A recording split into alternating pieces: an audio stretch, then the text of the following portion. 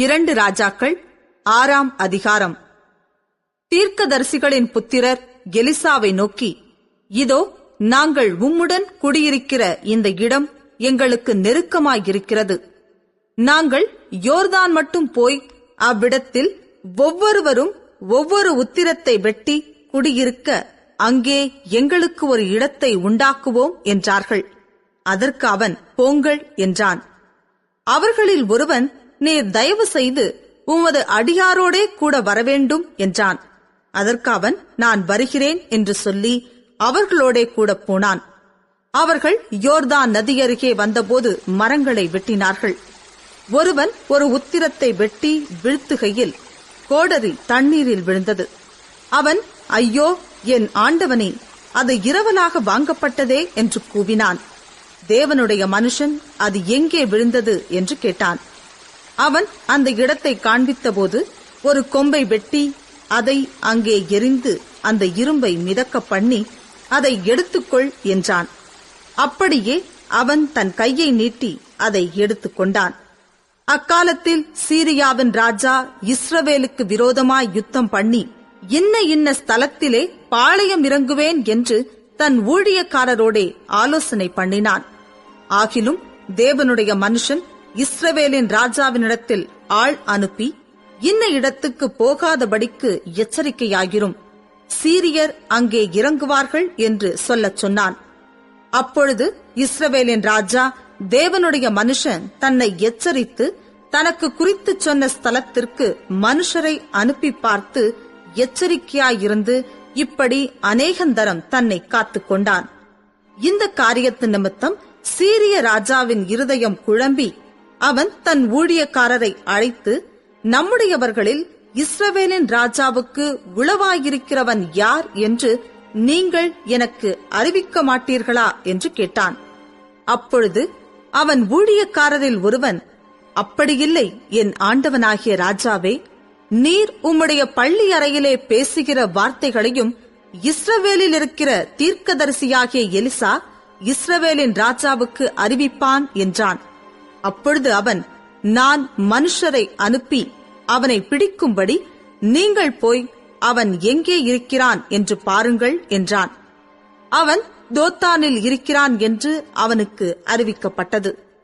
அப்பொழுது அவன் அங்கே குதிரைகளையும் ரதங்களையும் பலத்த இராணுவத்தையும் அனுப்பினான்.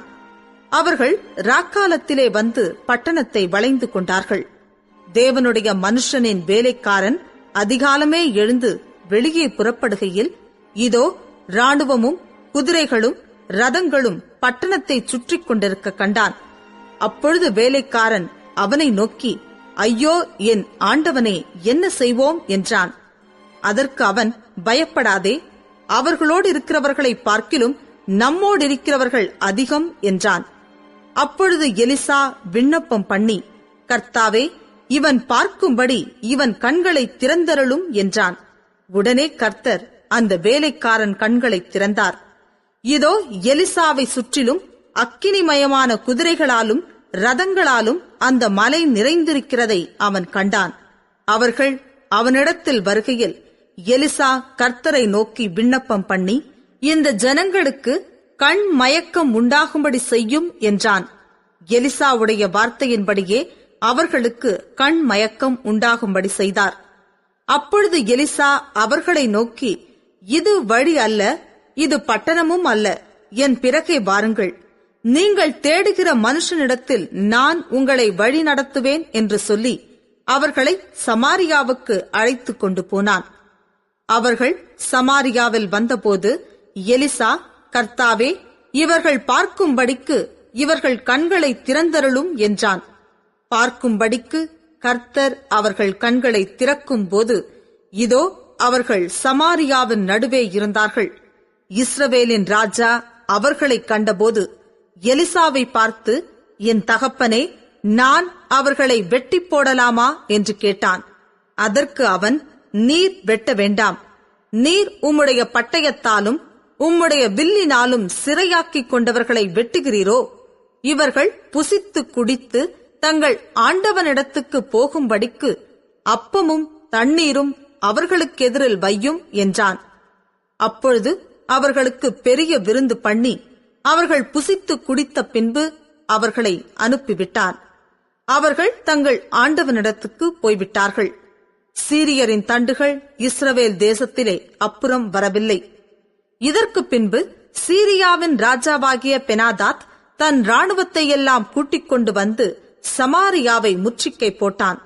அதனால் சமாரியாவிலே கொடிய பஞ்சம் உண்டாயிற்று.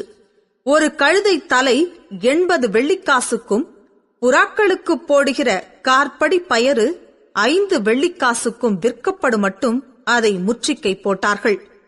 இஸ்ரவேலின் ராஜா அலங்கத்தின் மேல் நடந்து போகையில் ஒரு ஸ்திரீ அவனை பார்த்து கூப்பிட்டு, ராஜாவாகிய என் ஆண்டவனை ரட்சியும் என்றாள்.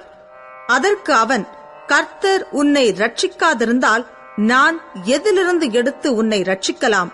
களஞ்சியத்திலிருந்தா ஆலையிலிருந்தா என்று சொல்லி, ராஜா பின்னையும் அவளை பார்த்து, உனக்கு என்ன வேண்டும் என்று கேட்டான்.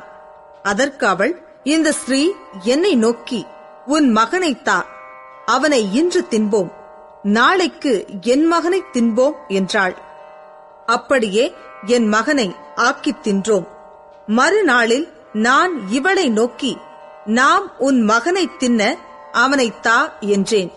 அவள் தன் மகனை ஒழித்து விட்டாள் என்றாள்.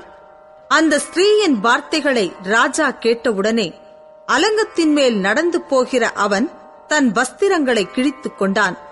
அவன் உள்ளே தன் சரீரத்தின் மேல் இரட்டு உடுத்தி இருக்கிறதை ஜனங்கள் கண்டார்கள்.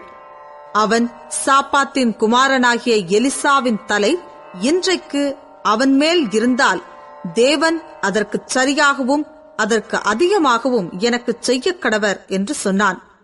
எலிசா தன் வீட்டில் உட்கார்ந்திருந்தான். மூப்பரும் அவனோடு உட்கார்ந்திருந்தார்கள். அப்பொழுது ராஜா ஒரு மனுஷனை தனக்கு முன்னே அனுப்பினான்.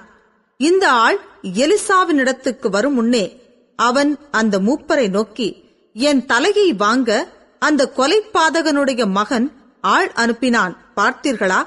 அந்த ஆள் வரும்போது நீங்கள் அவனை உள்ளே வரவொட்டாமல் கதவை பூட்டிப் போடுங்கள். அவனுக்கு பின்னாக அவன் ஆண்டவனுடைய காலின் சத்தம் கேட்கிறது அல்லவா என்றான். அவர்களோடே அவன் பேசிக் கொண்டிருக்கையில் அந்த ஆள் அவனிடத்தில் வந்து, இதோ இந்த பொல்லாப்பு கர்த்தரால் உண்டானது. நான் இனி கர்த்தருக்காக காத்திருக்க வேண்டியது என்ன என்று ராஜா சொல்லுகிறார் என்றான்.